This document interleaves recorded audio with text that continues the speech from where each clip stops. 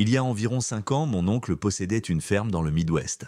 Pendant environ 18 ans, il aimait cet endroit comme sa propre femme et le traitait comme une maison. Il est vrai qu'il possédait déjà une maison dans la ferme, mais il y avait quelque chose dans cette ferme qui le faisait se sentir spécial. Vous savez, ce sentiment que vous ressentez lorsque quelque chose vous apporte de la joie, mais que vous ne pouvez pas dire de quoi il s'agit, oui, c'est exactement ce qu'il ressentait. Quoi qu'il en soit, j'avais 19 ans à l'époque de cette histoire, et j'étais dans mon premier semestre à l'université. Mon oncle m'a demandé de garder sa ferme pour le week-end, car il devait s'absenter pour un événement professionnel qui l'obligeait à voyager en dehors de l'État. Même s'il n'aimait pas à faire cela, il devait payer les factures d'une manière ou d'une autre, et c'est ainsi que cela se passait. Mon oncle a accepté de me payer 500 dollars pour le week-end, ce qui m'a suffi. À l'époque, j'économisais pour m'acheter une voiture et ces 500 dollars me seraient très utiles. Mon père avait fait plus d'1 heure de route pour me déposer au ranch de mon oncle, ce dont je l'ai remercié car ce n'était pas facile pour lui. Mon oncle m'avait laissé une liste de tâches à accomplir à la ferme, des tâches simples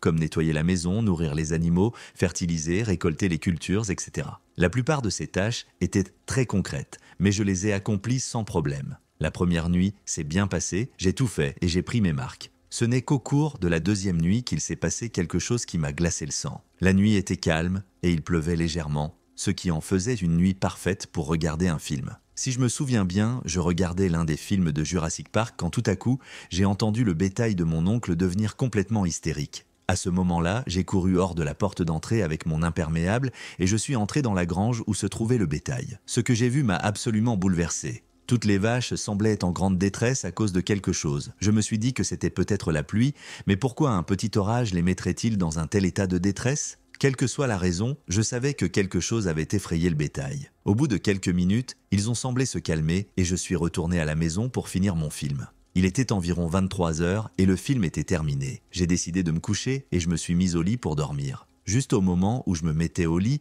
j'ai entendu le bétail s'emballer à nouveau. Agacé au plus haut point, j'enfile mes bottes et je vais à l'étable. Une fois que j'ai ouvert les portes, le bétail est pratiquement en train de crier et d'être en détresse à propos de quelque chose. Pendant ce temps, j'essaie de comprendre ce qui les rend anxieux. Lorsque j'ai commencé à entendre ce que je ne pouvais décrire que comme des coups venant du toit, c'est exactement ce que j'ai entendu. De multiples coups sur le toit. On peut supposer qu'il y avait quelqu'un sur le toit qui provoquait l'angoisse du bétail. Je sors de l'étable et je grimpe sur le toit pour donner une leçon à cette personne. Au moment où je pose le pied sur l'échelle de la grange, j'entends cette personne pousser un cri terrible qui résonne dans les bois. Pour être honnête, je dirais que ce cri n'avait rien d'humain. Cependant, à ma grande surprise, dès que je suis monté sur l'échelle, il n'y avait plus personne en vue. Il faut dire que cette grange était gigantesque. S'il y avait quelqu'un là-haut, il n'aurait jamais pu sauter sans casser quelque chose. Certes, il y avait une échelle dans la grange, mais j'aurais vu quelqu'un descendre s'il y avait eu quelqu'un. J'ai parcouru toutes les tables à la recherche de cette personne, mais je n'ai pas réussi à la trouver. À ce moment-là, les vaches semblaient de beaucoup plus calmes et, après quelques bonnes minutes de recherche, je suis rentré à la maison et j'ai enfin pu dormir. Le lendemain matin, j'ai appelé mon oncle et lui ai dit qu'il y avait quelqu'un sur le toit de la barna qui irritait son bétail. Mon oncle m'a répondu d'un ton confus qu'il avait installé des lumières de sécurité sur la grange, de sorte qu'il était pratiquement impossible que quelqu'un puisse y monter sans déclencher les lumières et l'alarme. Toute cette situation nous a vraiment fait peur. Par ailleurs, si vous pensez qu'il pourrait s'agir d'un dysfonctionnement du système de sécurité, vous vous trompez. Mon oncle l'a fait installer il y a 2 semaines et c'est un système assez fiable, affirme mon oncle.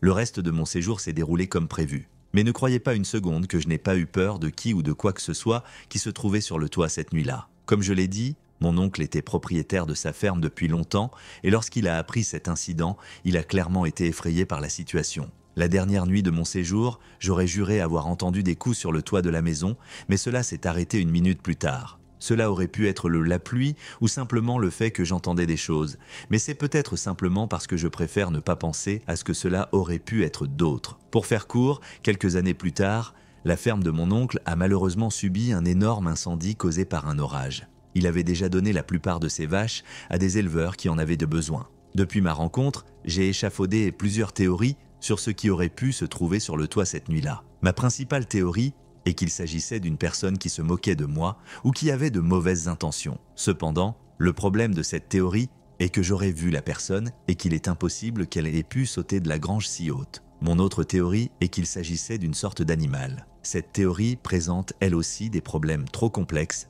pour que je m'y attarde. C'était soit l'une de ces choses, soit quelque chose de plus sinistre que je ne voulais probablement pas voir. Et ce cri, il ne ressemblait à rien de ce que j'ai pu entendre. J'ai maintenant une certaine peur des fermes et des ranchs et je fais toujours de mon mieux pour éviter les zones rurales.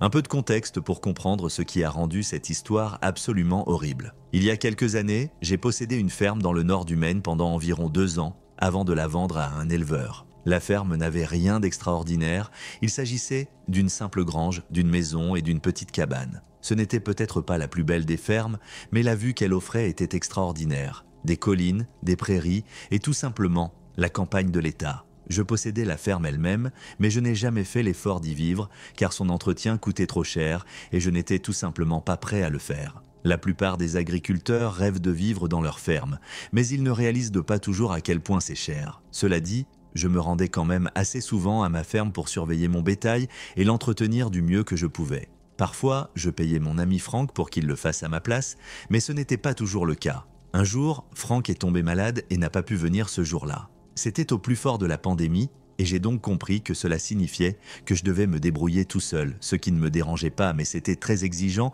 et je devais quand même faire des choses. J'ai roulé environ 45 minutes jusqu'à ma ferme et j'ai immédiatement remarqué que la porte de la grange avait été laissée entrouverte. Cela me met évidemment en colère, car je dis toujours à Frank de ne pas oublier de fermer les portes à clé. Je soupire, je sors de ma voiture et je me dirige vers la grange, et alors que je m'apprête à ouvrir la porte, je ressens une sensation bizarre. En y repensant, je ne savais pas trop pourquoi j'avais ce sentiment, mais quelque chose en moi me disait de ne pas ouvrir la porte. J'ai essayé d'effacer ces sentiments en pensant que j'étais simplement paranoïaque, mais plus je le faisais, plus le sentiment s'aggravait. En supposant que c'était probablement Frank qui avait oublié de fermer la grange, je l'ai appelé pour le confronter à ce sujet. Cependant, après m'être expliqué, il ne savait pas de quoi je parlais et m'a dit qu'il l'avait bien fermée à clé. Et c'est alors que je me tourne vers les portes de la grange et que je vois que le loquet de fermeture des portes a été cassé. C'est-à-dire qu'il avait été coupé et manipulé, ce qui l'avait fait tomber par terre. Inutile de dire que je me suis excusé auprès de Frank et que je lui ai dit qu'il y avait peut-être quelqu'un dans la grange. À ce moment-là, je suis toujours au téléphone avec Frank et il me dit que je devrais aller à l'intérieur de la cabane pour vérifier les caméras avant d'inspecter la grange. La plupart du temps, je n'écoute pas vraiment les conseils de qui que ce soit, mais pour une raison ou une autre, j'ai décidé d'écouter. La grange est équipée de plusieurs caméras, 2 à l'extérieur et 1 à l'intérieur. Quoi qu'il en soit, j'ai ouvert mon ordinateur portable pour vérifier les caméras et ce que j'ai vu m'a absolument bouleversé. À l'intérieur de la grange, quelqu'un se tenait à côté des portes principales, attendant vraisemblablement que je rentre à l'intérieur. Cette personne a probablement entendu ma voiture approcher et s'est cachée dans la grange. La qualité de la caméra n'était pas la meilleure, mais j'ai pu voir qu'ils semblaient avoir quelque chose dans les mains. D'après leurs mouvements, ils ont essayé d'agir furtivement pour ne pas faire de bruit. Dieu merci, je n'ai pas fini par entrer. Et Dieu merci pour Frank. J'ai tout raconté à Frank et je lui ai dit que j'allais appeler le shérif. Heureusement, le bureau du shérif n'est pas très loin et je savais qu'il ne tarderait pas. Je leur ai demandé d'éteindre leur sirène pour ne pas effrayer ceux qui se trouvaient dans ma grange. Heureusement, ils sont arrivés en quelques minutes et ont arrêté la personne qui s'est avérée être le fils de mon voisin. Il avait découvert que Frank n'était pas là aujourd'hui et avait profité de l'occasion pour faire Dieu sait quoi. La police l'a fouillé mais n'a rien trouvé qui ait été volé. Je me souviens que ses parents m'ont supplié de ne pas porter plainte, mais je n'ai même pas pris la peine de les écouter. Le plus effrayant dans cette histoire, c'est de savoir quelles étaient ses intentions. Si je n'avais pas appelé Frank pour lui parler de la serrure, les choses se seraient probablement passées différemment pour moi si j'avais été aussi bête. Je ne sais pas, et je ne suis pas sûr de vouloir le savoir.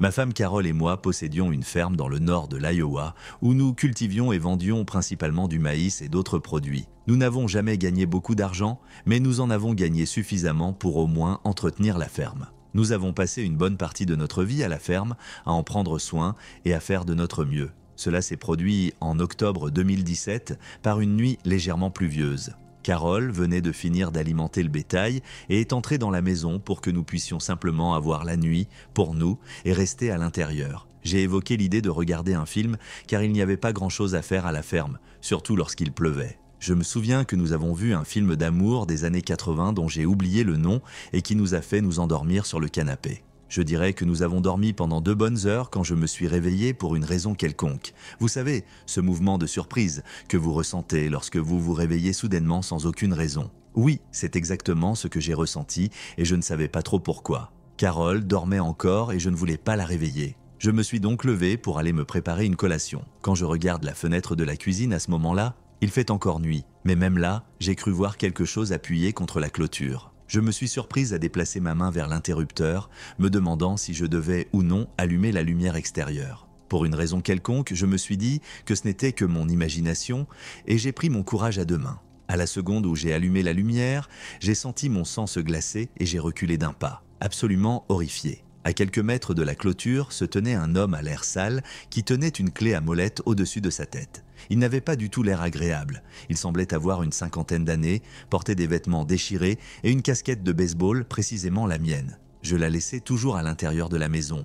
Après quelques instants, j'ai réfléchi à ce que cela signifiait et j'ai réalisé quelque chose. Ce type était dans ma maison depuis Dieu sait combien de temps et nous ne l'avions même pas remarqué. J'ai pris quelques secondes pour me ressaisir alors que cet homme était toujours là, avec la clé à molette, tout en m'adressant un sourire troublant. Ce qui le rendait encore plus inquiétant, c'est qu'il lui manquait quelques dents. À ce moment-là, je ne savais pas trop quoi faire. Je ne voulais pas réveiller ma femme et l'effrayer, et mes armes étaient dans l'autre pièce. Cependant, je ne voulais pas quitter la cuisine, de peur qu'il ne brise la fenêtre et ne passe par là. C'est alors que je me suis souvenu que j'avais un haut-parleur extérieur que l'on pouvait activer depuis l'intérieur de la cuisine. Je l'ai allumé et Dieu merci, il fonctionnait encore, car nous ne l'utilisons presque jamais. J'ai dit à cet homme d'une voix exigeante de s'en aller et que nous étions armés. Malheureusement, cela n'a pas eu l'air de le perturber puisqu'il est resté là à me regarder sans rien faire. J'ai réservé dans ma chambre, j'ai pris mon 45 et je suis retourné dans la cuisine où il était toujours là. Je présente en quelque sorte mon arme pour lui faire comprendre que je suis armé et je tire un coup de feu à travers la fenêtre,